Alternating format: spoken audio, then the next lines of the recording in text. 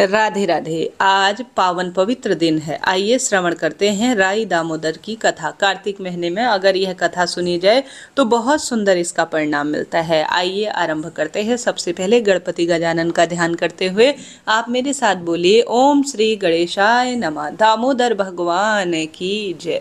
श्री शिवाय नमस्तुभ्यम। कथा के अनुसार एक समय की बात है, एक छोटी सी लड़की थी जो कार्तिक नहाया करती थी।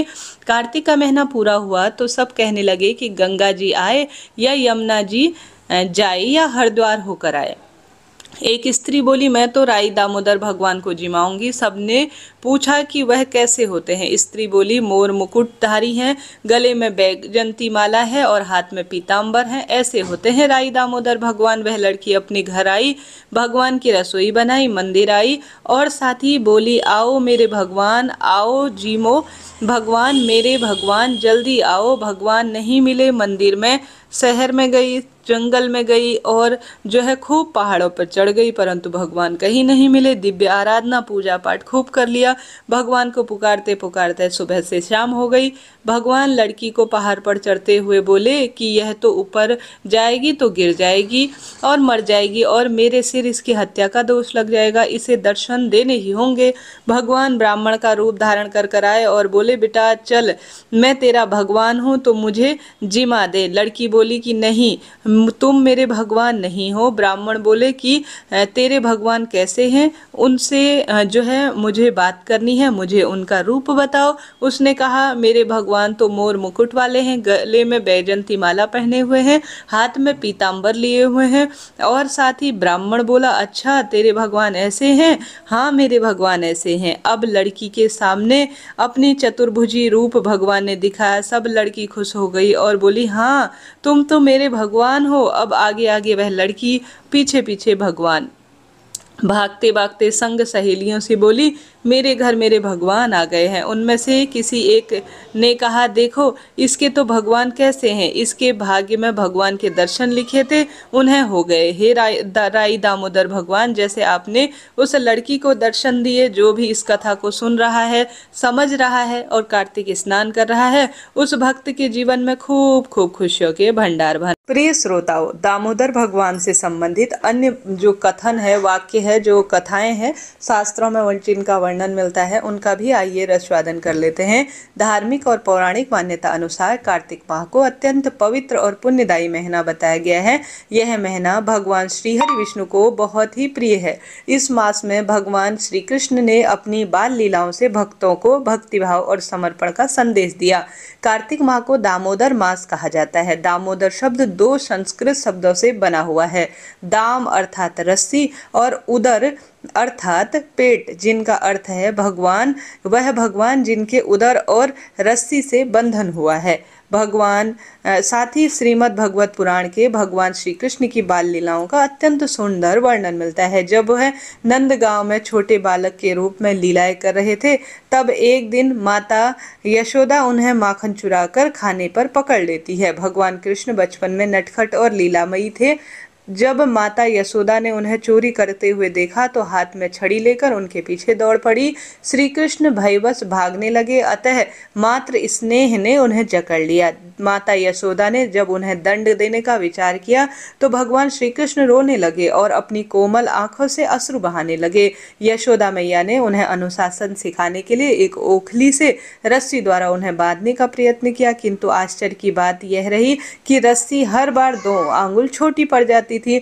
जब यशोदा ने अपने प्रेम और श्रम से बार बार रस्सी जोड़ती रहती, अंततः जब उनके हृदय में नारायण का स्मरण आया, तब भगवान श्री कृष्ण ने अपनी माया समेट ली और रस्सी उनके पेट में स्वयं ही बंध गई। इस घटना के बाद उनका नाम दामोदर पड़ गया। दामोदर लीला केवल बाल क्रिया नहीं है, बल्कि गहन आध्यात्मिक संदेश भी देती है। भगवान स्वयं को उस भक्ति के आगे समर्पित कर देते हैं जो निर्मल, निस्वार्थ और प्रेममयी है। माता यशोदा का प्रेम ऐसा है जिसमें न तो भय था, न लोभ था, केवल वात्सल्य था। इस लीला का यह स्वरूप स्पष्ट होता है कि भक्त जब अपने सच्चे भाव से जो है भगवान को पुकारता है तो वह अपने दिव्य स्वरूप को भी बहुत सीमित कर लेते हैं। कार्तिक माह में भगवान दामोदर की विशेष पूजा अर्चना करने की परंपरा है। इस माह में दीपदान, तुलसी पूजन और श्री दामोदर अष्टकम का पाठ अत्यंत फल देने वाला होता है। कहा जाता है जो व्यक्ति इस महीने में श्री कृष्ण भगवान के दामोदर स्वरूप की आराधना करता है वह सभी पापों से मुक्त हो जाता है और मोक्ष की प्राप्ति करता है। इसी प्रकार यह मास भक्ति भाव, संयम और प्रकाश का प्रतीक भी है। इस प्रकार केवल कार्तिक माह केवल इतना सुंदर परिणाम देता है जो कि अन्य माह नहीं दे पाते हैं, बल्कि यह महीना समय है जब भगवान स्वयं अपने भक्त के प्रेम के बंधन में बंध जाते हैं और संसार को यह संदेश देते हैं कि सच्ची भक्ति में ईश्वर भी बंध जाते हैं। प्रिय श्रोताओं, कितनी सुंदर बात कही। जैसा कि आप सभी जानते होंगे, आज रमा एकादशी जो कि कार्तिक महीने की एकादशी सुबह शुरू हो जाएगी। करीब करीब यह तिथि 16 अक्टूबर 10:35 से 17 अक्टूबर 11:12 के आसपास। ऐसे में हम सभी जो भी श्री नारायण के भक्त हैं वह 17 अक्टूबर शुक्रवार को व्रत उपवास करेंगे। ऐसे में आज इस कथा का अर्थात रमा एकादशी व्रत कथा का श्रवण कर लिया जाए तो सुंदर परिणाम मिलता है। 17 अक्टूबर को भी सुने, आप आज भी सुने, द्वादशी के दिन भी सुने, परिणाम तो सुंदर मिलता ही है। मेरे साथ आप सभी भी बोलिए जय श्री नारायण। और आप सभी हम सभी 17 अक्टूबर शुक्रवार को व्रत करेंगे तो हम 18 अक्टूबर 2025 को अपने व्रत का पारण सुबह 6:24 से 8:41 के आसपास कर लेंगे। और साथ ही 18 अक्टूबर को गौवत्स द्वादशी का व्रत किया जाएगा। इस चीज को आप नोट करते हुए चलिएगा। द्वादशी मिश्रित एकादशी सबसे उत्तम होती है। इस कारण से जो 17 अक्टूबर शुक्रवार है वह शुद्ध एकादशी हमें प्राप्त हो रही है। इसी दिन हमें व्रत करना चाहिए। तो आप सभी पूर्ण रूप से नोट करते हुए चलिएगा सभी चीजें। अब आप सभी जो है जैसे कि कार्तिक माह में पड़ने वाली परम श्रेष्ठ प्रथम एकादशी जो कि रमा एकादशी होती है उसकी कथा का श्रवण करने से सभी पाप मुक्त हो जाते हैं जीवन में और साथ ही सुख संपत्ति आती है। रमा एकादशी का व्रत रखने वालों को एकादशी के दिन इस व्रत कथा को जरूर सुनना चाहिए। पद्म पुराण में वर्णित भगवान श्री कृष्ण द्वारा युधिष्ठिर को इस व्रत का महत्व बताया गया है और इस एकादशी कथा का सुंदर वर्णन मिलता है। कथा के अनुसार युधिष्ठिर जी ने पूछा, जनार्दन मुझ पर आपका स्नेह है, अतः कृपा करके बताइए श्री कृष्ण के कृष्ण पक्ष में कौन सी एकादशी आती है। और भगवान श्री कृष्ण बोले, राजन कार्तिक माह के कृष्ण पक्ष में जो परम कल्याण में एकादशी होती है वह रमा एकादशी के नाम से विख्यात है। रमा परम उत्तम है और बड़े बड़े पापों को नाश करने वाली है। पूर्व काल में चुमुकुंद नाम से एक विख्यात राजा हो चुके थे जो कि भगवान श्रीहरि के भक्त और सत्य प्रतिज्ञ थे। निष्कपटक जो है राज्य का वह शासन किया करते थे। उस राज्य के राजा के यहाँ नदियों में श्रेष्ठ चंद्रभागा कन्या के रूप में उत्पन्न हुई। राजा ने चंद्रसेन कुमार शोभन के साथ उसका विवाह किया। एक समय की बात है, शोभन अपने ससुराल के घर आया था। वहाँ उसके जो है दशमी के दिन आने पर समूचे नगर में ढिढोरा पिटवा दिया जाता है कि एकादशी के दिन कोई भी भोजन ना करे, कोई भी भोजन ना करे। यह डंके की आवाज सुनकर शोभन ने अपनी प्यारी पत्नी चंद्रभागा से कहा, प्रिय मुझे इस समय क्या करना चाहिए, इसका शिक्षा दो। तब चंद्रभागा बोली, हे प्रभु, मेरे पिता के घर में एकादशी को न तो कोई भोजन करता है, हाथी घोड़े हथनियों के बच्चे और अनायास ही पशु भी इस दिन अन्न ग्रहण नहीं करते, घास नहीं खाते तथा जल तक का आहार नहीं करते। इतनी महिमा है। फिर मनुष्य तथा जल तक का आहार जो है किसी भी स्वरूप में करना सही नहीं समझते। फिर मनुष्य एकादशी के दिन कैसे भोजन कर सकते हैं। प्राणनाथ, यदि आप भोजन करेंगे तो आपकी बड़ी निंदा होगी। इस प्रकार से वह मन में विचार कर कर अपने चित्त को आप दृढ़ कर लीजिए। शोभन ने कहा, प्रिय तुम्हारा कहना सत्य है, परंतु मैं आज उपवास निश्चित रूप से करूंगा। देव का जैसा विधान है वैसा ही होगा।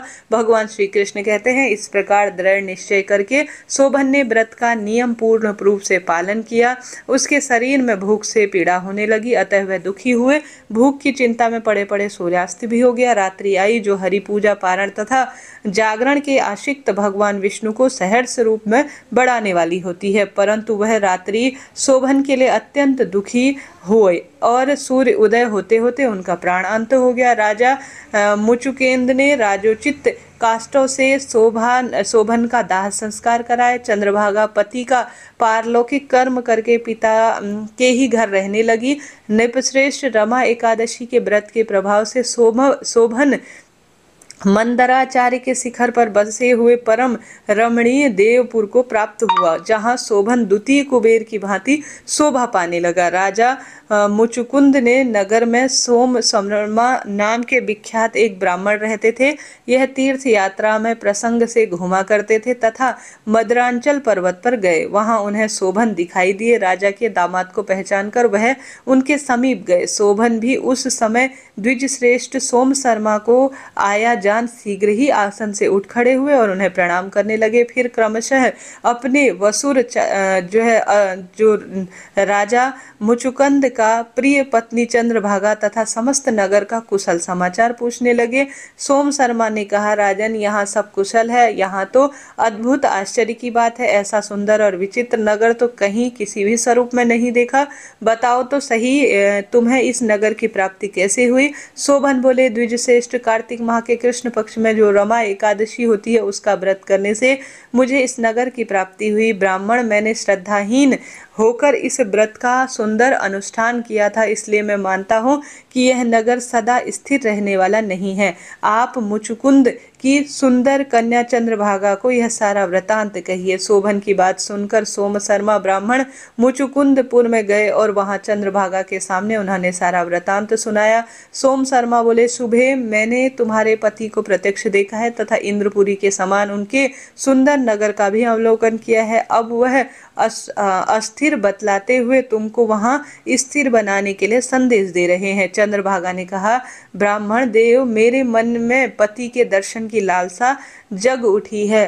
आप मुझे वहां ले चलो। मैं अपने व्रत के पुण्य से उस नगर को स्थिर बनाऊंगा। भगवान श्री कृष्ण कहते हैं, राजन, चंद्रभागा की बात सुनकर सोम शर्मा उसे साथ लेकर मदरांचल पर्वत के निकट वामदेव मुनि के आश्रम पर गए। वहां ऋषि के मंत्र की शक्ति तथा एकादशी सेवन के प्रभाव से चंद्रभागा का दिव्य शरीर पवित्र हो गया तथा उसके पवित्र गति उसने प्राप्त कर ली। इसके बाद वह पति के समीप गई। उस समय उसके नेत्र हर्ष उल्लास से खिल उठे थे।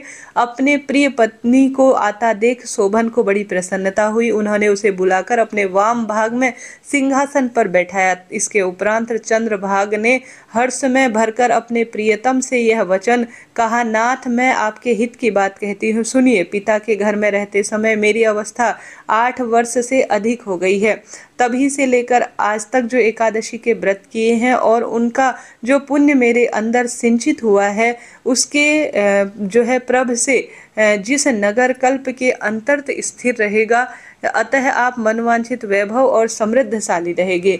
नृपश्रेष्ठ, इस प्रकार रमा एकादशी के प्रभाव से चंद्रभागा दिव्य भोग, दिव्य रूप, दिव्य आभूषणों से विभूषित हो उठी। अपने पति के साथ मदरांचल के शिखर पर विराह करती हुई, राजन, मैंने तुम्हारे समक्ष रमा एकादशी का वर्णन किया है। यह चिंतामणि और कामधेनु के समान मनोरथ को पूर्ण प्रदान करने वाली है। मैंने दोनों पक्षों की एकादशी का पापनाशक महत्व आपको बताया। जैसे कृष्ण पक्ष की एकादशी वैसे ही शुक्ल पक्ष की एकादशी, उनमें कोई भेद नहीं करना चाहिए। जैसे सफेद रंग की गाय है वैसे ही काले रंग की गाय है, दोनों का दूध एक समान ही होता है। इस प्रकार दोनों पक्षों की एकादशी समान फल देने वाली होती है। जो मनुष्य एकादशी के व्रतों का महत्व सुनाता है वह सभी पापों से नष्ट हो जाता है और भगवान विष्णु की असीम कृपा उसके जीवन पर बरसती है। राधे राधे।